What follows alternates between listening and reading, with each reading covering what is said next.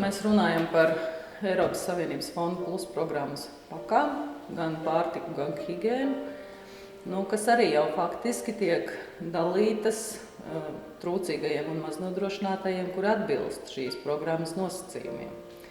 Tas ir tāds jaunums pie mums, un mēs esam kā vēl viens izdalas punkts saldū.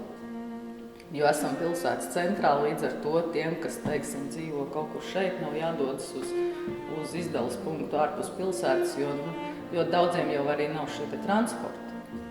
Pārtiks pakas ir pietiekami smagas. Kad atnāk pensionāri, ir jau redzams, ka viņi nespēja šīs pakas aiznest. Tad mēs izlīdzinamies, kā varam. Mums ir arī tas Bonifācijus Verka dāvinātais bonibus, kas arī izlīdz mums šādās reizēs. Ļoti daudzi paliek aiz šīs status robežas ar ļoti nelielu līdzekļu pārpalikumu, jo pat ar dažiem eiro, kas tavā kontā ir vairāk, līdz ar to tu šo status nevar iegūt. Tie ir tādi ļoti strikti kritēriji, lai tu iegūtu šo statusu, maznodrošinātu vai trūcīgu, un ir ļoti daudz, man ir arī personīgi pazīstams ģimenes, kas dažu eiro dēļ paliek ārpus, bet tas jau nenozīmē, ka viņi spēj sev pabarot savu ģimeni un nodrošināt savus pamatu vajadzības.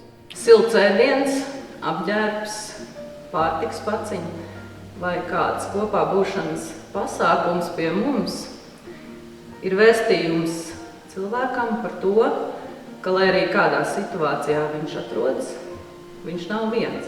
Sadzirdēt, pamanīt, nepaiet garām, būt blakus.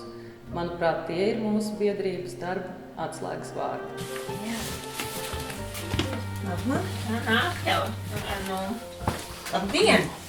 Labdien!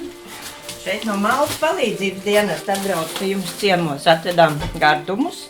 Kā jums iet? Kur tad ies, ka nevar? Es jau zinu, bet tā veselība viss kārtībā. Nekāda veselība jau. Uja. Zāles jau dzer, tad jābūt ir kārtībā. Palīdzība jau visur vajag dzīvo, vien dārgāk paliek.